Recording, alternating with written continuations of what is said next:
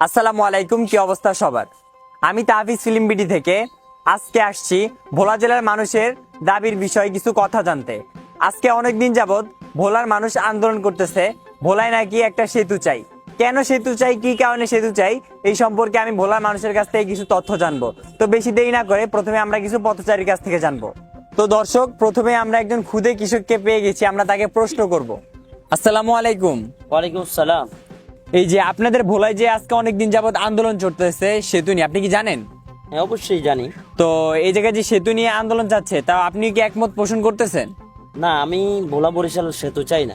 কেন ভাই, সবাই যেহেতু ভোলা বরিশাল সেতু চাচ্ছে, আপনি কেন ভোলা বরিশাল সেতু চাচ্ছেন না? আমি ভোলা বরিশাল সেতু চাইতেছি না এই জন্য যে আমাদের দেশে যখন পদ্মা সেতু করছে তখন পদ্মা সেতু করতে অনেক আমাদের অর্থ ব্যয় হয়েছে, এবং যেই পরিমাণ অর্থ ব্যয় হয়েছে তার থেকে বেশি অর্থ পাচার হয়ে গেছে। আমি এই জন্যই ভোলা বরিশাল সেতু চাই না, যে আমাদের দেশে এখনো যে এই পাচার থেকে মুক্ত আছে এরকম এরকম না। আমি চাইতেছি ভোলা বরিশাল, আমি সেতু এই জন্যই চাই না যে ভোলা বরিশাল সেতু করতে যে অর্থটা খরচ হবে এই অর্থটা দিয়ে আমাদের আমাদের ভোলাতে যে হসপিটালগুলো আছে এই হসপিটালগুলোকে নতুনভাবে নবায়ন করা হোক, সংস্কার করা হোক, এবং আমাদের এখানে উন্নত মানের ডাক্তারের ব্যবস্থা করা হোক। এবং আমাদের ভোলা থেকে ঢাকা যাইতে আমাদের পুরা 12 ঘন্টা লেগে যায় এখন লঞ্চে। আমাদেরকে সুন্দরভাবে একটি বিমানবন্দরের ব্যবস্থা করা হোক ভোলাতে, যেন আমাদেরকে এমন একটা সুযোগ সুবিধা দেওয়া হোক যেন প্রত্যেকটা মানুষ যেন ভোলা থেকে সুন্দরভাবে তারা বিমানে ঢাকাতে পৌঁছাইতে পারে। আচ্ছা, আপনি যে বলতেছেন যে ভোলা একটা বিমানবন্দর, এটা চাওয়ার কারণ কি? এতে তো মানুষের অনেক বিলাসবহুল খরচ হতে পারে। তো আমি আশা করি যে একটা বিমানবন্দর করতে যেই পরিমাণ একটা একটা সেতু করতে যেই পরিমাণ খরচ, একটা বিমানবন্দর করতে ওই পরিমাণ খরচ হবে হবে না, আমি এটা আশাবাদী। এবং আমাদের একটাই সমস্যা যে আমাদের ভোলা জেলাতে আমরা যখন অসুস্থ হয়ে যাই বা কেউ অসুস্থ হয়, আমাদের ঢাকা পৌঁছতে পৌঁছতে অসুস্থ রোগীরা মারা যায়। আমাদের এই জন্যই সেতুর দাবি, যেন ইমার্জেন্সি একটা মানুষ যখন আমরা অসুস্থ হয়ে যাই বা আমাদের কোনো বিপদ হয়, অতি দ্রুত যেন আমরা ঢাকাতে পৌঁছে যেতে পারি, ঢাকাতে দ্রুত যেতে পারি। এখন যে আমাদেরকে সেতু করে দিলে আমরা যে দ্রুত ঢাকা পৌঁছে যেতে পারবো এরকম না, আমাদের তাও দীর্ঘ সময় অতিবাহিত করতে হবে। তার সাথে আমাদের ভোলাতে যদি একটা বিমানবন্দর করে দেওয়া হয়, আমি মনে করি যে সেতু থেকেও উপকার হবে আমাদের একটা বিমানবন্দরে। আর দ্বিতীয় নাম্বার কথা হচ্ছে যে আমাদের যে চিকিৎসা সেবার কারণে আজকে আমরা এই সেতুর দাবি জানাইতেছি।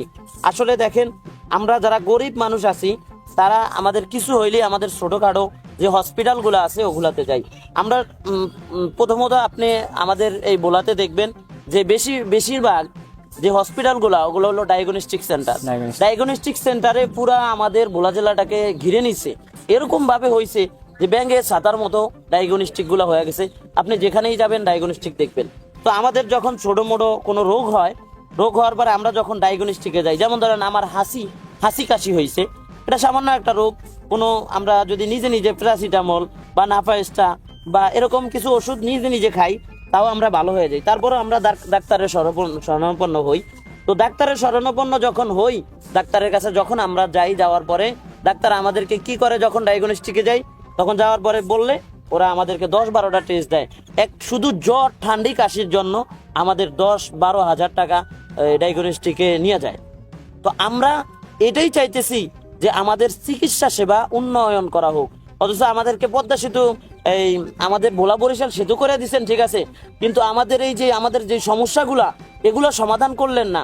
তাইলে তো আমরা কোনো সমাধান পাইলাম না, সেতু পাইলাম ঠিক আছে, এখন আমাদের ভোলা থেকে ঢাকাতে যেতে বা ভোলা থেকে বের হইতে অনেক হিমশিম খেতে হয়, কারণ আমাদের এখন অনেকটা নিরাপত্তার ভিতরে আমরা আছি।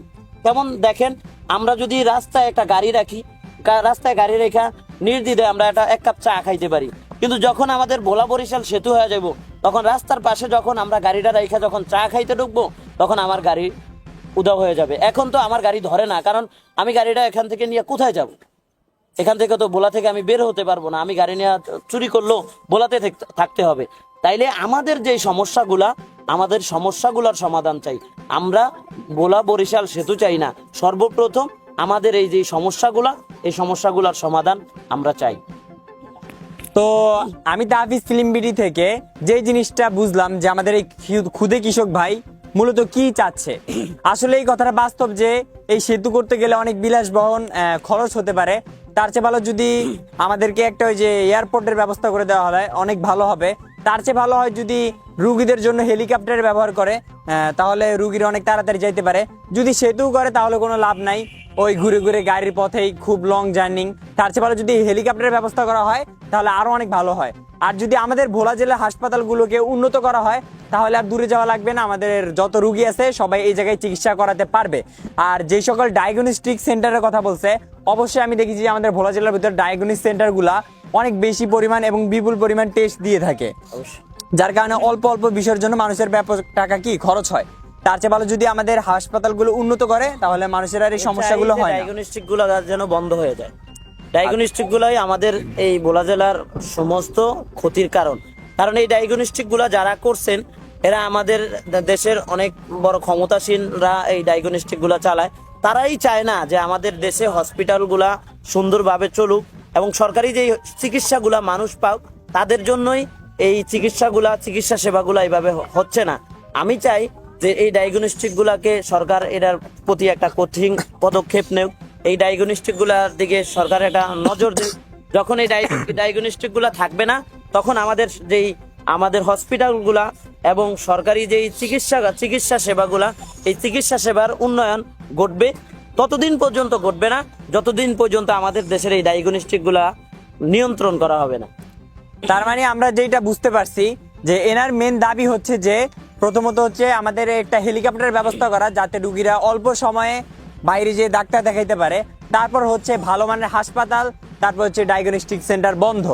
আপনারা যারা যারা আমাদের এই ভিডিওটা দেখবেন অবশ্যই আপনাদের মত জানাবেন যে আপনারা কি সেতু চান, না হেলিকপ্টার চান, আধুনিক হাসপাতাল চান, না ডায়াগনস্টিক সেন্টারে ডাক্তার দেখাতে চান। আপনারা আপনাদের মূল বক্তব্য অবশ্যই আমাদের কমেন্ট বক্সে পেশ করবেন। ভিডিওটা বেশি বেশি লাইক, কমেন্ট এবং শেয়ার করবেন। আর আমাদের তাহফিজ ফিল্ম বিডির সাথেই থাকবেন। তো আল্লাহ হাফেজ।